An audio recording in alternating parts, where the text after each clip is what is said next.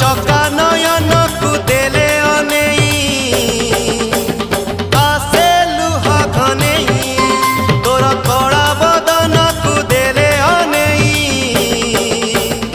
आसे लुहा घनेई